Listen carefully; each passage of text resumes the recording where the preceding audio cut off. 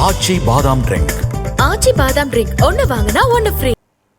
கன்னியாகுமரி மாவட்டம் திருப்பரப்பு அருவியில் 4 நாட்களுக்கு பிறகு சுற்றுலா பயணிகள் குளிக்க அனுமதி வழங்கப்பட்டு உள்ளது. இது குறித்த கூடுதல் விவரங்களை நமது செய்தியாளர் ரமேஷ் வழங்க கேட்கலாம்.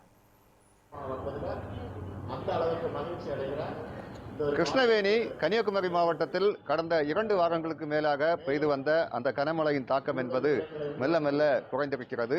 ஏற்கனவே முதல் கட்டமாக தென்மேற்கு பருவமழை என்பது தீவிரமடைந்து சற்று மழையின் தாக்கம் குறைந்திருந்த நிலையில் மீண்டும் அந்த தென்மேற்கு பருவமழை என்பது தீவிரமடைந்தது.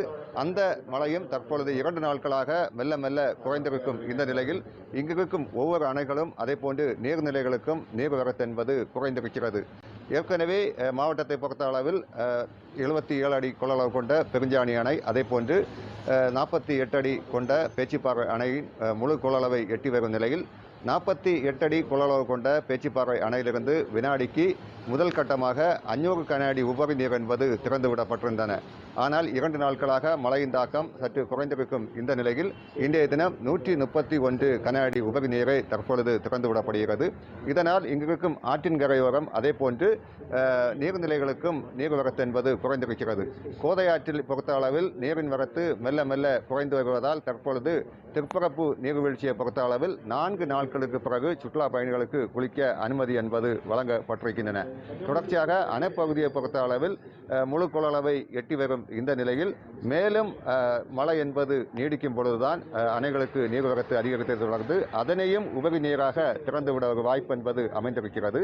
ஆனால் தற்பொழுது கோதையாற்றிலும் சரிதான், அதே போன்று தாமிரபரணி ஆற்றின் கரையோர பகுதி வசிக்கும் மக்களுக்கு வெள்ள அபாய எச்சரிக்கை என்பது நீடித்து வரும் இந்த நிலையிலும் தொடர்ச்சியாக மாவட்டத்தை பொறுத்த அளவில் மழை வரும் நாட்களில் மேலும் மெல்ல மெல்ல அதிகரிக்க ஒரு வாய்ப்பு இருப்பதாக வானிலை மையம் தெரிவித்திருக்கும் இந்த நிலையில் தொடர்ச்சியாக தற்பொழுதும் இங்கிருக்கும் ஆற்றின் கரையோரம் பகுதியும் சரிதான், அதே போன்று கடலோர பகுதிகளுக்கும் சுற்றுலா பயணிகளும் சரிதான், அதே போன்று பொதுமக்களும் செல்ல தவிர்க்க வேண்டும் எனவும் மாவட்ட நிர்வாகம் ஒரு அறிவுறுத்தல் என்பது தற்பொழுது விடுக்கப்பட்டிருந்தன.